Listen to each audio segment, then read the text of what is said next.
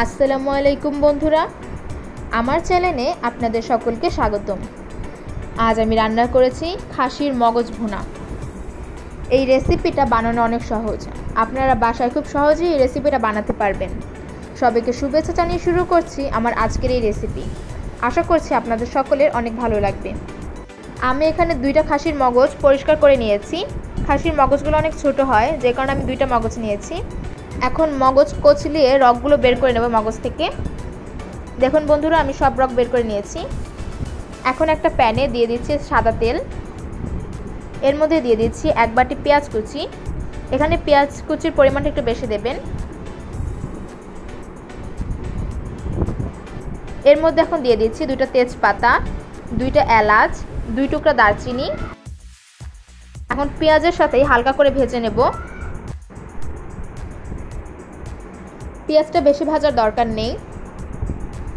পেঁয়াজটা হালকা করে ভাজা হয়ে গেছে। এখন এর মধ্যে দিয়ে দিচ্ছি 1 চামচ আদা রসুন বাটা। এখন একটু কষিয়ে নেব।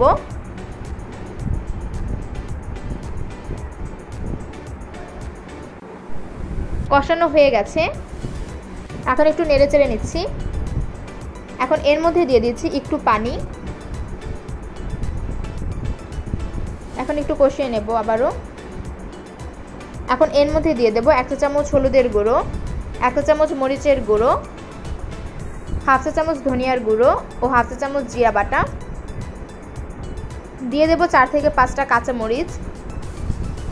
এখন মশলাটাকে একটু নেড়ে চেড়ে নিচ্ছি। এখন এর মধ্যে দিয়ে দিচ্ছি 1টা টমেটো কুচি। আবার একটু নেড়ে নিচ্ছি। দিয়ে দিচ্ছি স্বাদমতো লবণ। এখন মশলাটাকে 4 থেকে 5 মিনিটের জন্য কষিয়ে নিতে হবে।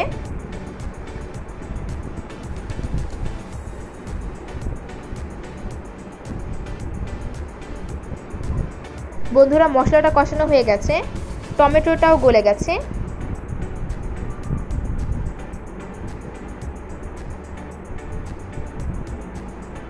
এখন এর মধ্যে দিয়ে দেব খাসির মগজ।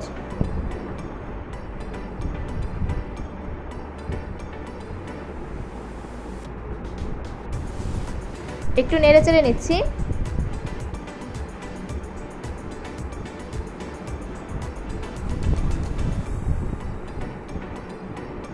এখন ঢেকে কষিয়ে নেব 5 মিনিটের জন্য। 5 মিনিট পর ফিরে এলাম। মগজটা কষানো হয়ে গেছে।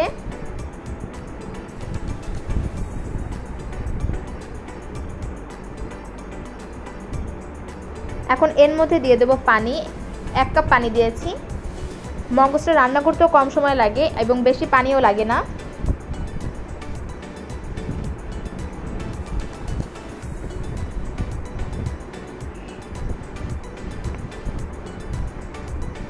এখন 10 মিনিটের জন্য রান্না করে নেব। 10 মিনিট পর এলাম। মগজটা রান্না প্রায় হয়ে গেছে। একটু নেড়ে চেড়ে পানিটা সম্পূর্ণ শুকিয়ে নিতে হবে। এলাচ, দারচিনি এগুলো সব উঠিয়ে নেব।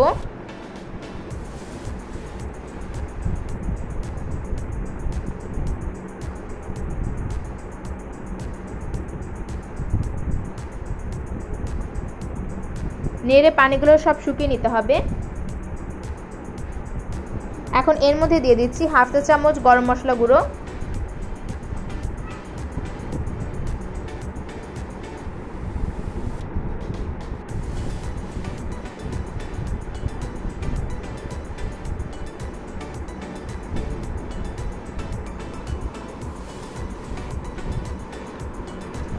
এখন আরও 1 মিনিটের জন্য রান্না করে নিতে হবে। বন্ধুরা, খাসির মগজ ভুনা হয়ে গেছে। বন্ধুরা, আমার রেসিপিটা যদি আপনাদের ভালো লাগে তাহলে লাইক, কমেন্ট, শেয়ার করতে ভুলবেন না এবং এরকম আরও রান্নার ভিডিও পেতে আমার চ্যানেলটা সাবস্ক্রাইব করে আমার পাশে থাকবেন। সবাইকে ধন্যবাদ।